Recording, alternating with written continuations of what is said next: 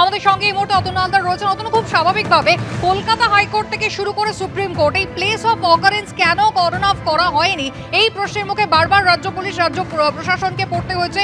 শুধু তাই নয়, সিবিআই এর আইনজীবী স্পষ্ট আমরা দেখলাম 22 তারিখে সুপ্রিম কোর্টে গিয়ে বলল যে প্লেস অফ অকারেন্স অল্টার হয়ে গিয়েছে, যে কারণে তাদের তদন্তের ক্ষেত্রে সমস্যা হচ্ছে। ভাইরাল ভিডিও তো ভয়ানক। দেখো, একবারই ভাইরাল ভিডিও ভয়ানক। 9 তারিখ এই ঘটনা ঘটার পরই, যেটা অভিজ্ঞ পুলিশ অফিসাররা বলছেন, যে 9 তারিখ এই ঘটনা ঘটার পর যখনই পুলিশের নজরে এসেছিল তখনই পুলিশের এই জায়গাটাকে কর্ডন করে দেওয়া উচিত ছিল। মূলত পুরো সেমিনার রুম সেই মুহূর্তে কর্ডন করে দেওয়া উচিত ছিল, যে তদন্তকারী অফিসাররা ছাড়া কেউ সেখানে যেতে পারবেন না। কিন্তু আমরা কি দেখছি, যে সেখানে একজন পুলিশ অফিসার রয়েছেন, ফাঁড়ির পুলিশ অফিসার রয়েছেন। কারণ ঘটনার খবর পাওয়ার পর এখানে পুলিশ আসতে দেরি হওয়ার কথা নয়, এই কারণে, তার কারণ আরজি করের মধ্যেই পুলিশ ফাঁড়ি রয়েছে।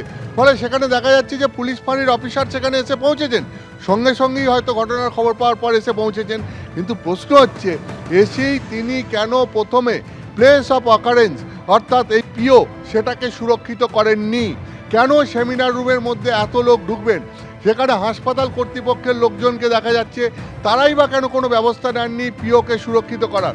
এবং শুধু তাই নয়, বাইরের লোককেও দেখা যাচ্ছে, একজন আইনজীবীকেও দেখা যাচ্ছে, তিনি হাসপাতালের কেউ নন, পুলিশের কেউ নন, তিনি বাইরের লোক, তিনি ঢুকে পড়েছেন।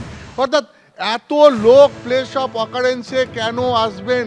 কেন পুলিশের উপস্থিতিতে তারা আসবেন? পুলিশ খবর পাওয়ার সঙ্গে সঙ্গে কেন প্লেস অফ অকারেন্স ঘেরাও করবে, মানে ঘিরে দেবে না, কর্ডন করে দেবে না? সেখানে বাইরের লোকের উপস্থিতি কেন দেখা যাবে? হাসপাতাল কর্তৃপক্ষের যারা ছিলেন তারাই কেন এত লোক সেখানে ভিড় করবেন? কেন তারাই ব্যবস্থা নেবেন না ওই প্লেস অফ অকারেন্সে যাতে কেউ যেতে না পারে তার জন্য? তার কারণ, এই ঘটনা ঘটার পর সেখানে মূল্যবান বা গুরুত্বপূর্ণ নানান তথ্য প্রমাণ থেকে থাকতে পারে।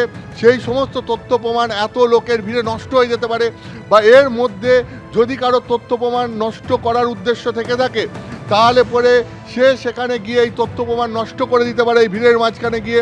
ফলে এটা তো একটা ক্রাইম সিন, যেখানে এই ক্রাইম সিন, প্রথম কর্তব্য হচ্ছে পুলিশের যে ক্রাইম সিনকে ঠিকঠাক করে সুরক্ষিত রাখা, সেটাকে প্রথমে কর্ডন করে দেওয়া। কিন্তু সেই দৃশ্য দেখা যাচ্ছে না।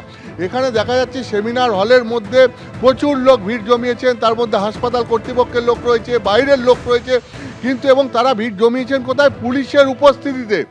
গোটা ব্যাপারটা পুলিশের অনুপস্থিতিতে হয়েছে এরকম নয়। তাহলে পুলিশ কী করছিল, সেই প্রশ্ন ওঠে। আমি যেটা তোমাকে বলতে চাই সেটা হচ্ছে যে এই গোটা ঘটনাকে কেন্দ্র করে প্রথম থেকেই একটা হালকা মনোভাব, গুরুত্ব না দেওয়া, এটা লক্ষ্য করা গেছে।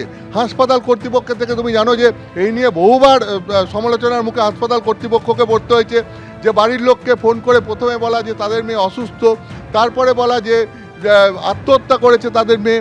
হ্যাঁ, এবং ঠিক ঠিক পুলিশের তরফ থেকেও তুমি জানো যে কেন ইউডি কেস পুলিশ প্রথমে শুরু করে তদন্ত শুরু করলো, তা নিয়ে কলকাতা হাইকোর্ট, সুপ্রিম কোর্ট, এই সমস্ত জায়গায় পুলিশের ভূমিকা সমালোচিত হয়েছে। অর্থাৎ হাসপাতাল কর্তৃপক্ষের ভূমিকা, পুলিশের ভূমিকা বারবার সমালোচিত হয়েছে প্রথম থেকে এই ঘটনাকে হালকাভাবে নেওয়ার জন্য, এবং যে পরিমাণ গুরুত্ব দেওয়া উচিত ছিল এইরকম একটি রেপ অ্যান্ড মার্ডারের ঘটনায়, সেই পরিমাণ গুরুত্ব দেওয়া হয়নি। তার আর একটা ছবি আজকে প্রকাশ্যে এলো, যেভাবে এই সেমিনার রুমে ভিড় জমেছে এবং যেভাবে এখানে তথ্য প্রমাণ নষ্টের আশঙ্কা করা হচ্ছে, সেই যে তথ্য প্রমাণ নষ্টের আশঙ্কা, আজকের সেই ছবি সেই আশঙ্কাকে আরও জোরদার করলো। অতনু, ধন্যবাদ। এবং খুব স্বাভাবিকভাবেই একাধিক প্রশ্ন উঠতে শুরু করেছে। যে সেমিনার রুম একেবারে ক্রাইম সিন, যেখানে একজন তরুণী চিকিৎসকের ধর্ষণ খুনের মতো ভয়াবহ ঘটনা ঘটে গিয়েছে, সেখানে দেহ উদ্ধারের পরপরই হাসপাতালের পক্ষ থেকে কর্তা ব্যক্তিরা তারা উপস্থিত রয়েছেন, পুলিশ আউটপোস্টের ওসি তিনি উপস্থিত রয়েছেন, এমনকি তৎকালীন যিনি অধ্যক্ষ ছিলেন সেই সন্দীপ ঘোষ, তার আইনজীবী, তিনি কি করছেন? তিনি তো বহিরাগত। একাধিক প্রশ্ন উঠছে, কেন এই প্লেস অফ অকারেন্সকে কর্ডন অফ করা হয়?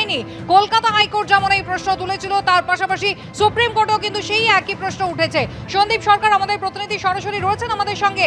সন্দীপ, যেখানে আমরা 22 তারিখ দেখলাম সুপ্রিম কোর্টে একেবারে সিবিআই আইনজীবী তিনি স্পষ্ট বলছেন প্লেস অফ অকারেন্সে অল্টারেশন হয়ে থাকতে পারে, এবং সেক্ষেত্রে তদন্তের জন্য প্রয়োজনীয় তথ্য সংগ্রহে তাদের সমস্যার মধ্যে পড়তে হচ্ছে। তারই মধ্যে 18 দিন পর এবার সেমিনার রুমের যে ভিডিওটা ভাইরাল হচ্ছে, সে তো অত্যন্ত মারাত্মক, এবং এখানে একাধিক মানুষকে দেখা যাচ্ছে, রীতিমতো জমায়েত বলা যায়। একেবারেই তাই। আমি যে ছবিটা আমরা দেখাচ্ছি সেটা হচ্ছে সেমিনার রুমের ভেতরের ছবি। তুমি দেখতে পাবে যে সেই ভিডিও ফুটেজেই কিন্তু দেখা যাচ্ছে যে একটা দরজা, সেই দরজা দিয়ে মানুষজন দলে দলে আসছেন, যেন এটা একটা দর্শনীয় জায়গা। দলে দলে মানুষ আসছেন, দেখছেন, বেরিয়ে যাচ্ছেন, থাকছেন, জল্পনা করছেন, গল্পগুজব করছেন, এবং তারপর আবার তারা বেরিয়ে যাচ্ছেন, আরেক দল মানুষ ঢুকছে। এইটা পর্যায়ক্রমে চলছে, বেশিক্ষণের ভিডিও নয়, 49 সেকেন্ড বা 50 সেকেন্ডের একটা ভিডিও। সেই ভিডিওটাতেই দেখা যাচ্ছে যে দলে দলে মানুষ আসছেন আর যাচ্ছেন। আর সেমিনার রুমের বাইরের একটা ফুটেজ, সেটাও আমরা দর্শকদের দেখিয়েছি, আগেও দেখেছি, এখনও দর্শকদের দেখাচ্ছি। সেই সেমিনার রুমের বাইরের ফুটেজে দেখা যাচ্ছে যে সেখানেও কিন্তু কাতারে কাতারে মানুষজন করিডোরে দাঁড়িয়ে রয়েছেন। পাশে লেখা রয়েছে সেমিনার রুম, বোর্ডটাও স্পষ্ট। কাতারে কাতারে মানুষজন লবিতে দাঁড়িয়ে রয়েছেন, তারাও ঢোকার অপেক্ষায় রয়েছেন। তাদেরকে বাধা দেওয়ার জন্য কিন্তু কেউ নেই। পুলিশ কর্মীরা যারা রয়েছেন তারা সারিবদ্ধভাবে দরজার সামনে দাঁড়িয়ে রয়েছেন, কিন্তু তাদেরকে তাদের বডি ল্যাঙ্গুয়েজ দেখে মনে হচ্ছে না যে তারা কাউকে আটকাচ্ছেন, বা অন্তত ওই 49-50 সেকেন্ডের ভিডিওটার মধ্যেও কিন্তু দেখা যাচ্ছে না যে পুলিশ কাউকে ঢুকতে বাধা দিচ্ছে। কিন্তু যেটা হওয়া উচিত, যে প্লেস অফ অকারেন্সকে ঘিরে দেওয়া, সেই ঘিরে দেওয়ার কোনো বালাই কিন্তু আমরা দেখতে পাইনি ওই 49-50 সেকেন্ডের ভিডিও ফুটেজটার মধ্যে। এবং আরও যেটা তাৎপর্যপূর্ণ, যে ওখানে ফাঁড়ির ওসি নিজে সশরীরে উপস্থিত রয়েছেন। এখানে নিচু তলার পুলিশ কর্মীরা পিও সামলাচ্ছেন এমনটা নয়, উচ্চপদস্থ পুলিশ কর্তারা সেখানে রয়েছেন, এবং অ্যাসিস্ট্যান্ট কমিশনার পদমর্যাদার এক ব্যক্তিকেও কিন্তু ওই ফুটেজে আমরা দেখতে পাচ্ছি, যিনি খাকি পোশাক পরিহিত অবস্থায় সেমিনার রুমের মধ্যে রয়েছেন।